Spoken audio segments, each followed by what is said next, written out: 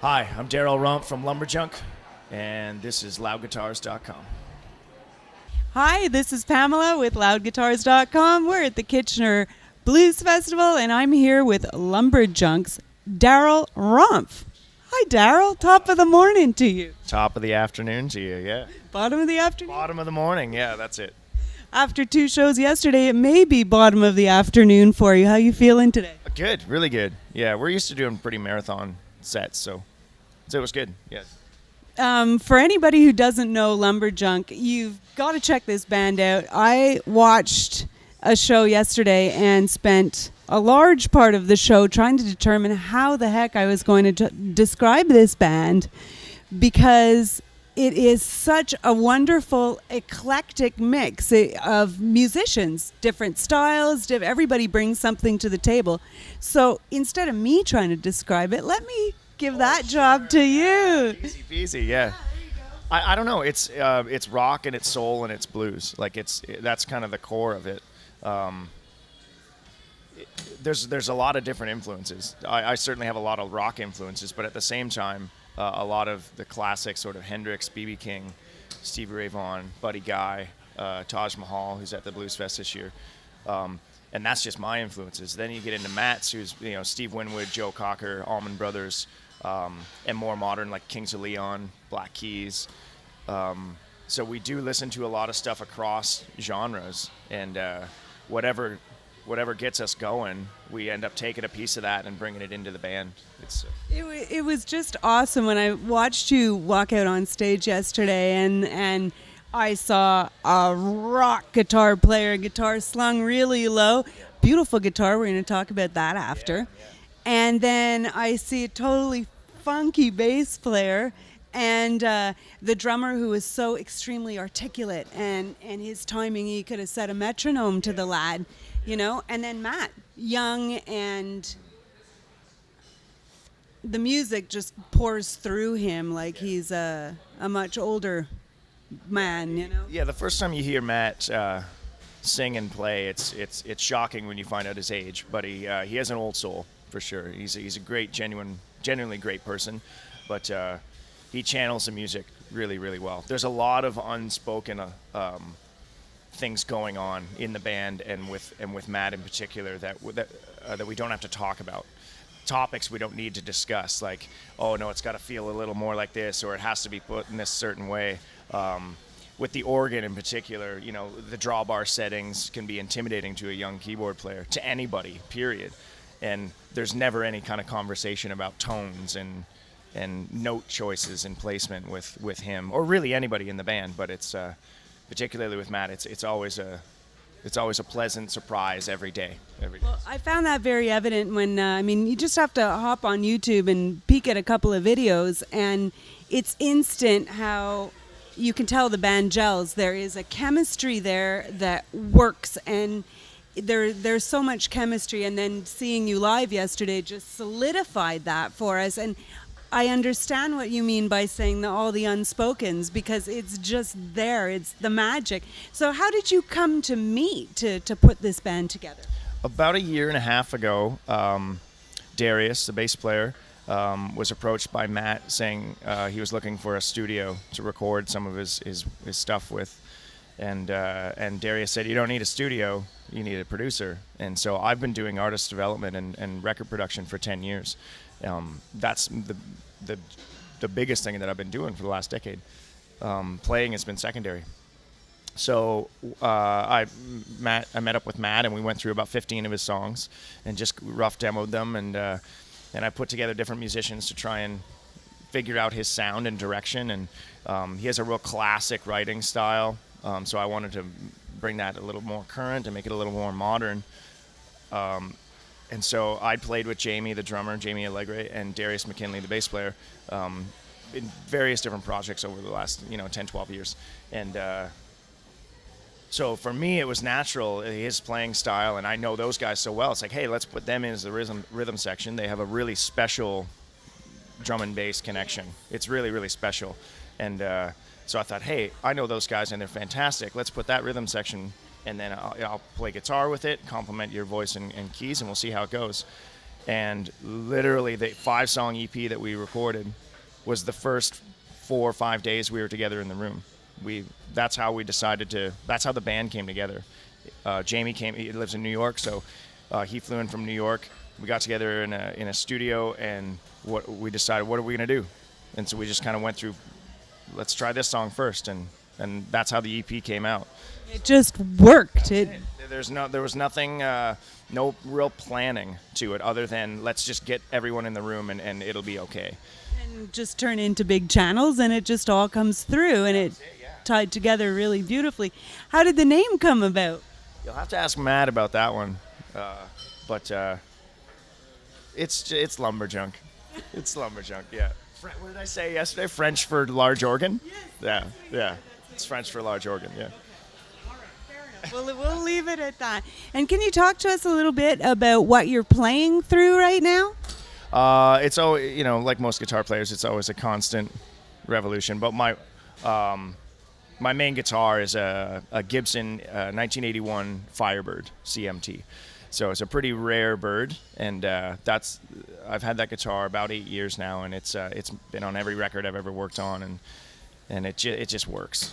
That's your go-to guitar. Yeah, and I mean it's long and gangly like I am. It fits, and it cuts through the mix so well. And whatever amp you put it through, whatever player, whatever music styles, I've recorded it with in country and metal and rock and blues, and it holds up really, really well. Tuning is fantastic. The tone on it rips, and yeah, you did the whole show with one guitar yesterday. yeah, I bring a backup so I don't have to change strings like an idiot. Honestly, yeah, but it just sits there most of the time.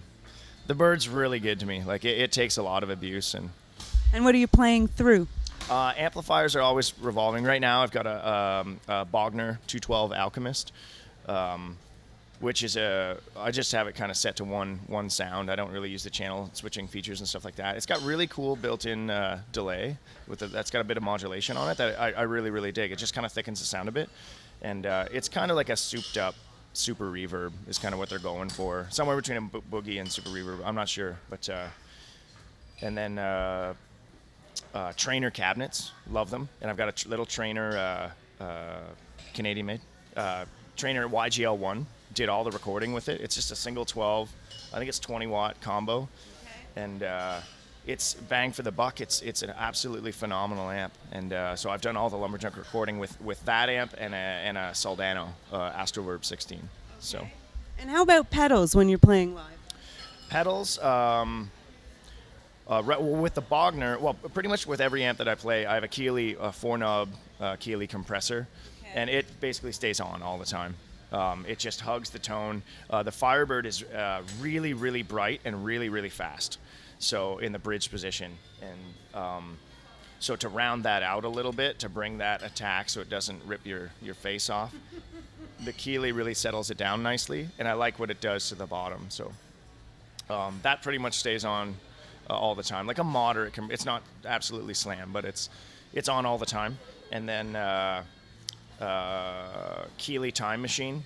When I use a bigger rig, I use a dual amps. I'll use, like, say, the Bogner, and the other amp that I'll blend it in with is I have a 65 Fender Bassman head and 212 cabinet, and that usually just stays on one tone.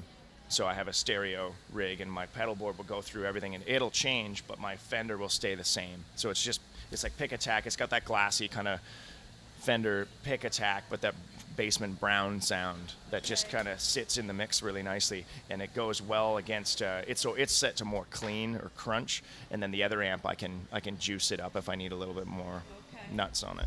So if what's on your wish list?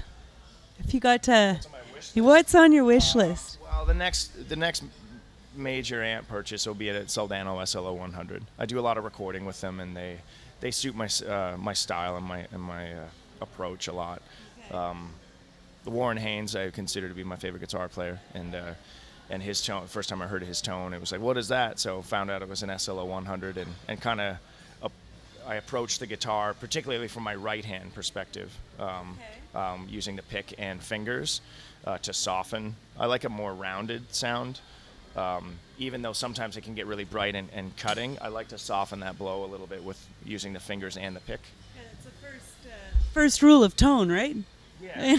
Yeah, you want to your fingers sound better a lot of the times. A pick can sometimes I use a really really fat pick. I've been on these John Pierce picks. They're kind of like a country player's pick, and they've got like a molded, carved out little spot in the pick for your thumb to rest. And I'm gonna guess they're like 2 or 2.5 mil. Like they're big. So I used to pick really really hard and to try and get a fatter tone. So I'm going with a bigger pick and trying to pick a lot lighter and using my fingers. So with a big like 2 mil and above pick, it sounds closer to your fingers. It's fatter, so the tone is more even across the guitar. So it suits my style. So. And what was the last piece of gear that you came across that made you excited and inspired to do something new? The Empress Super Delay is absolutely phenomenal delay. In a stereo rig, if you have a wet dry rig, you put it on the wet side only. You can get a really cool fat like pseudo stereo, like wide sound with 2 amps. One being dry, one being wet. Instead of like a natural like left and right stereo, it's more like a wet dry. And that pedal can do that really, really well for whatever reason. There's something in the modulation and it's really, really cool. So that pedal really took me back. But that and the new Trainer cabinets. Like I can't say enough good stuff about their new Trainer cabinets. They're angled speakers, Celestion 25-watt greenbacks, closed back, but you can open up the back. So right now with my Bogner 212, it's open back. And I prefer a bit more the punch of the closed back, a little more focused. 412 cabs and stuff like that, but sometimes with the stages and the setups, it's not realistic for me to bring in a big, 2 412 wet dry rig or whatever. Sometimes it's a single 12 combo and it's stacked on top of a Leslie, right, depending on where we are. So the Trainer cabs are really, really versatile for that. I put it underneath the Bogner 212 closed back, underneath the Bogner open back, and it's awesome. I really, really dig it. So beautiful. I guess Lumberjunk is at an advantage in many aspects because of your background, and you know what to work to get the sound that you want in the environment that you want. So I guess that really helps when you're touring, which you do quite a bit of, right? You do a lot of shows, right? Yeah, we play more and more often, but realistically speaking, we've only been a band since January. And we did the EP. The first 5 days, or the 5 days that we did the record, the EP of 5 songs, were the first 5 days we were a band ever. And those 5 songs were recorded live off the floor. So the drums and the bass and the guitar and the organ are unedited, untouched, and there's no drum samples. There's nothing hidden about it. It's live. Which is why you can reproduce it live. It's literally the same guitar and the same amp and the same bass and it's the same. The people are the same, the gear is the same. So when people come and see us and they say, wow, you sound exactly like the record, it's like, well, no, the record sounds like we do live. It's a reverse. That's a cool way to do it, though. Yeah, and in an age where, like, having an extensive studio background, I know how to chop things up. I know how to make records happen. I know how to, the smoke and mirrors approach to making a great sounding record. Knowing that and using that knowledge, but leaving it on the table is really difficult. Really, really difficult. Because you want to go, I can get in there. I can get in there. But we really made a conscious decision to not do that. So we would play the song 4, 5, 6 times, and then usually the last take that we did, we could feel that was the one. And we'd go listen to it. And if there was a bum note or one section for whatever reason just wasn't as good as the rest of the song, I would grab it from another take. Right. But it was the whole band. It was the whole, and there were very minimal cuts and edits to that. So it's very authentic. Yeah, and it was really important to us. I mean, a lot of people talk about, let's be a band and go in and do live off the floor, and it's a horrible idea for most bands. It really is a horrible idea because it's not doing your band any favors. No. And I mean, it's better to lie. It's better to go in and do the smoke and mirrors and punch everything in and tune and time it and do that, and then tell your friends that you did it live off the floor, because at least it'll sound good. But a lot of bands just don't have the right approach, either stylistically or from a player's perspective, or arrangements or gear and tone choices. There's so many variables, things that can go horribly wrong, that will actually do more harm to your band and your sound than going for that holy grail of live off the floor. But because of the studio background that I have and the extensive amount of playing that the band has done. Even though Matt's really young, he knows his stuff, and he would, the rhythm section surrounding it, like holding it up. It worked. It worked for our band, our sound. I wouldn't recommend it for every band, but if you can do it, great, because it has that authenticity that works for us at this level right now. And what's next for Lumberjunk? We're back in the studio. We're about halfway through. We've done the bed tracks for 6 more songs, and so we'll be back into that. We play. We have a couple shows like for the rest of the fall and stuff. But this whole year, we've just talked about it being a setup year. We're just a band, right? There's no real delusions of grandeur and some large-scale marketing scheme. Our marketing scheme is show up, shut up, play. That's it, right? We get in the room, we take it seriously enough that we have our stuff together, but we also know how to laugh and have fun with it. We realize it's music, it's a band, and we're there to entertain, and we're there to have fun. Well, and I was watching the audience yesterday too, and very, very wide demographic. And I was looking around and at the number of people that knew the words to your original songs, and 18, 19, 20 years old, all the way up. And it was fascinating to see the hundreds of people there, and everybody was into it. It was brilliant. Like, it managed to get everybody who was there involved and engaged, and that's when you know you've got something magical. So I'm looking forward to hearing and seeing a whole lot more of Lumberjunk in the very near future. What's that? What boost pedal are you using? The boost is a Keeley Java boost, and it's really gain and volume dependent as to where your amp is at.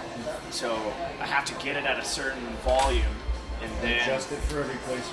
Yeah, the volume knob changes, and I roll the tone way back. It's a pretty bright pedal, but I just love what it does. It's somewhere between not a fuzz face, and not a tube screamer, and not a classic treble boost, but it has a little bit of all of those.